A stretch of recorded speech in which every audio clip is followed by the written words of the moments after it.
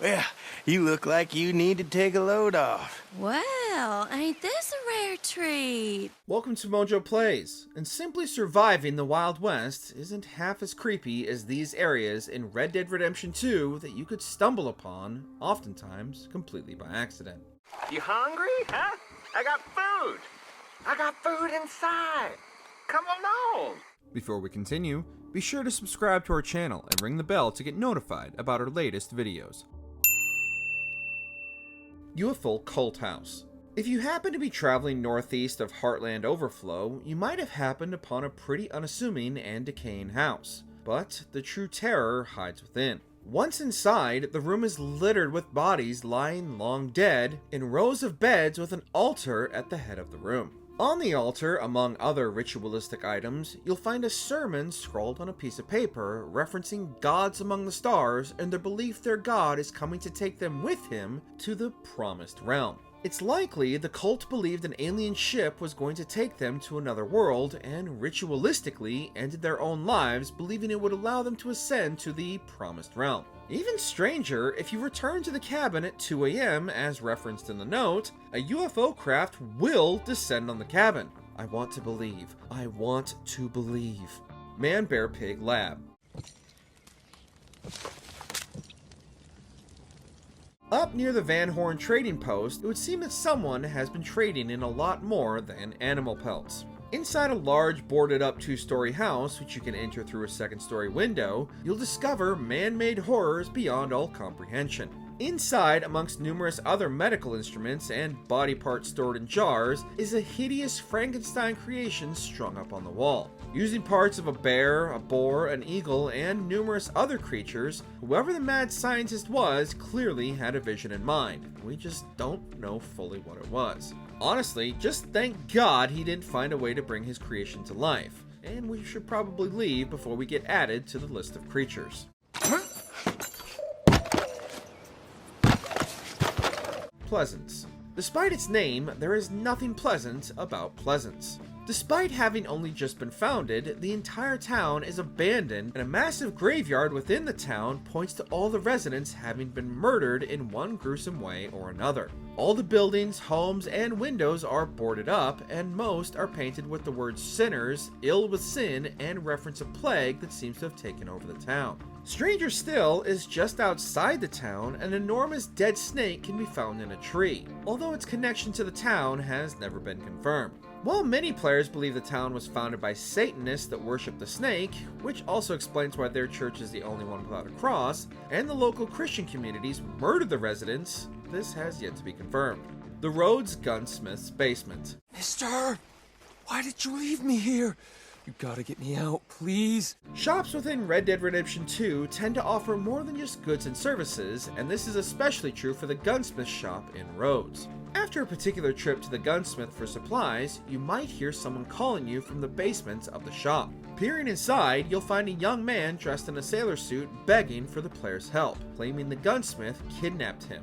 After confronting the gunsmith, you find out he believes the young man is his dead son and kept the poor kid locked in his basement because he refused to believe his son was gone. We would never condone kidnapping, but this is still sad nonetheless.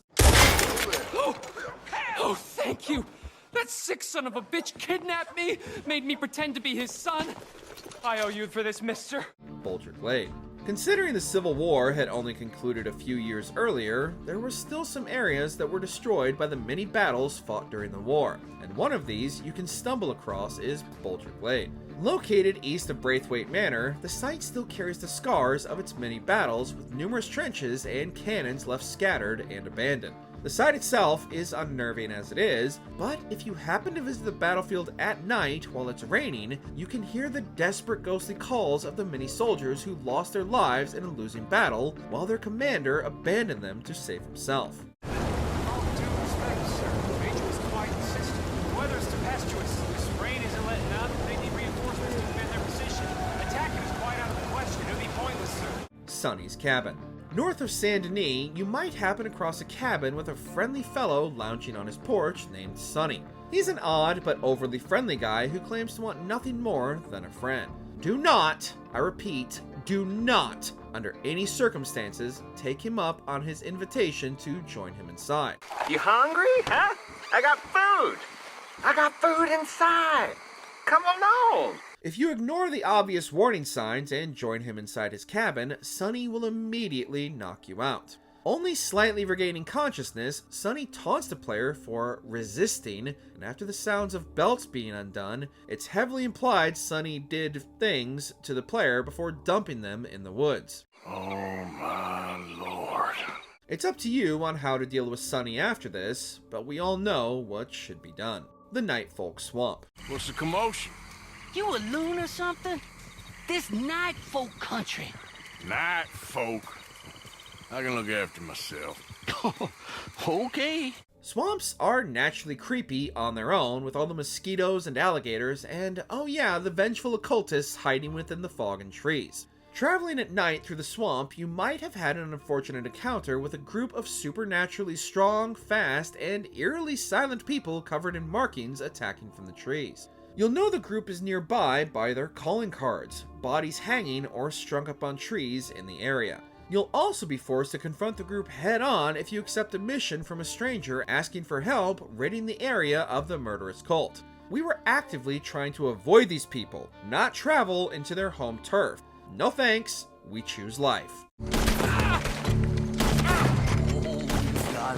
you got him all right. The Serial Killer's Lair. It wouldn't be the Wild West without a serial killer to track down, because of course there is. By finding the many mutilated bodies and following the clues left behind, players can eventually make their way to the lair of the serial killer, and it's every bit of the horrific nightmare you think it is. Walls lined with skulls and body parts, pieces of his manifesto, and a fresh corpse strung up for his next art showing, the lack of common sense screaming at you to get the hell out of there is the least of your problems. What's worse is the serial killer is still there, hiding in the shadows with machinations of making you his next victim. Have you come for me? Or was this all nasty surprise? Or maybe it's both. Thankfully, he's much better at attacking unsuspecting victims than he is in direct combat, and he can easily be turned over to the authorities, who are just as equally incompetent at containing him.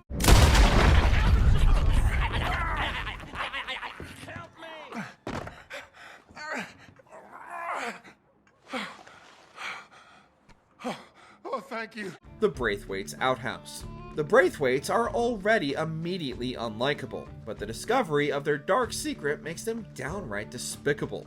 Located behind the main house, just off the property, is an outhouse, chained and locked up.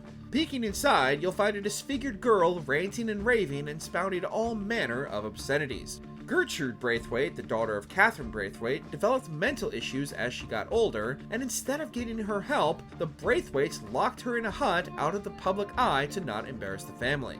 The entire scenario is upsetting, but even more so when you find out everyone in the family knows about the situation, but does nothing to help Gertrude. I knew how you Braithwaites treated enemies. Now I know how you treat Ken, too. When you return to the location later in the game as John, you can find her remains inside, meaning the family completely abandoned her, leaving her to starve to death.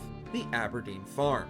I ain't no guest, miss. I'm just passing through. Oh, nonsense. Well, come on in. Rest a while. And we got food on the stove and a bottle of the good stuff we've been saving. Nothing is ever as it seems in the Wild West, and the Aberdeen Pig Farm is a perfect encapsulation of that sentiment. What initially appears to be a friendly couple inviting the player in for dinner is immediately off-putting by the couple's behavior, made even worse by the fact that you're drugged and dumped in a mass grave outside the farm if you partake in the drink offered to you. Those crazy sons of bitches got some explaining to do.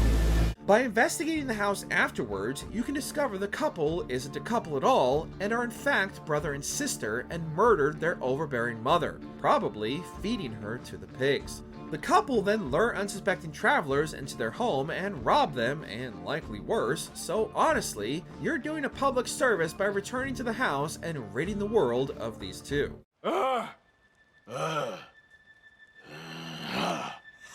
Oh, about time. Take whatever cat she has on her and put it behind Mama. What was the most disturbingly unsettling location you found in Red Dead Redemption 2? Share your discoveries in the comments below. Did you enjoy this video? Check out these other clips from MojoPlays, and be sure to subscribe and ring the bell to be notified about our latest videos.